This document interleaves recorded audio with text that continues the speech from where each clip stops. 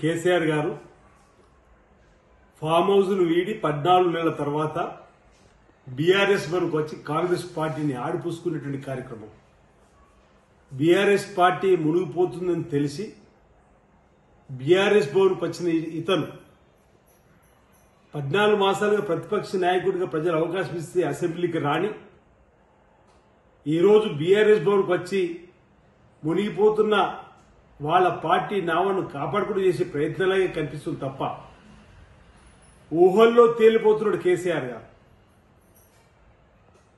వారి మాటల్లో ఈ ప్రభుత్వం ఇక లేవది అనే మాట అంటున్నాడు. కాంగ్రెస్ పార్టీని ప్రభుత్వాన్ని ఉద్దేశించి కాంగ్రెస్ పార్టీ ప్రభుత్వం లేచింది కాబట్టి ప్రభుత్వం వచ్చింది 14 మాసాల క్రితం గౌరవ ముఖ్యమంత్రిగా రేవంత్ రెడ్డి గారిని మీ అందరం కూడా ఎన్నుకున్నాం.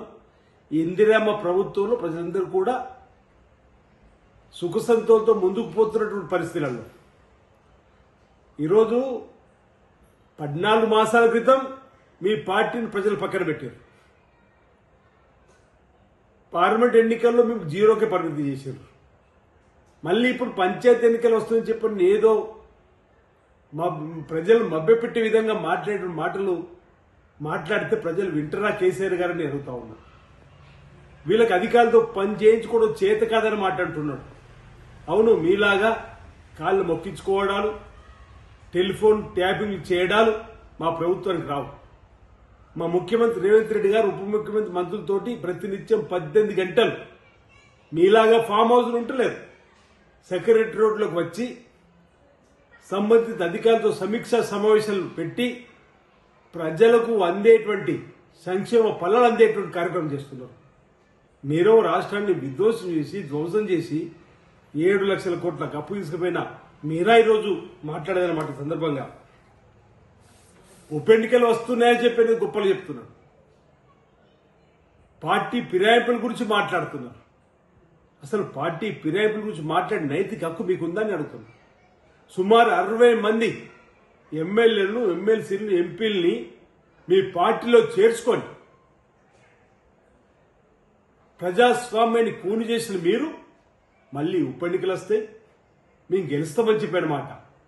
మీ 60 మంది ఎమ్మెల్యేలు చేర్చుకున్నప్పుడు రాని ఉప ఎన్నికలు ఇప్పుడు ఎలా వస్తాయి ఉప ఎన్నికలు చెప్పే కనీసం ఆలోచన కూడా మీకు లేకపోవడం. ఈరోజు మీరు ఒక మాట అంటున్నారు, మన దగ్గర నుంచి పార్టీ పడిపోయిందని చెప్పని 10 మంది ఎమ్మెల్యేలు వెళ్ళిపోయారని చెప్పని. అది వాస్తవము. పార్టీ పడిపోయింది కాబట్టి మీ దగ్గర నుంచి 10 మంది ఎమ్మెల్యేలు వెళ్ళిపోయింది. మీరు చేస్తే సుఖం ఇతరులు చేస్తే కరెక్ట్ కాదని భావన, ఇది సరైనది కాదన్నమాట. ప్రజలందరూ కూడా గమనిస్తున్న చెప్పాలన్నమాట. ఈ సందర్భంగా నేను తెలియజేస్తూ ఈరోజు మరో మాట కూడా అనేక సందర్భాల్లో ఉప ఎన్నికలు ప్రజలు మీ పార్టీ నడ్డిని విరిచిన సందర్భం, పార్లమెంట్ ఎన్నికల్లో మిమ్మల్ని జీరోకే పరిమితం చేసే సందర్భం, ఇక మీ దగ్గర పసలేదనే 10 మంది ఎమ్మెల్యేలు పోయిన సందర్భం.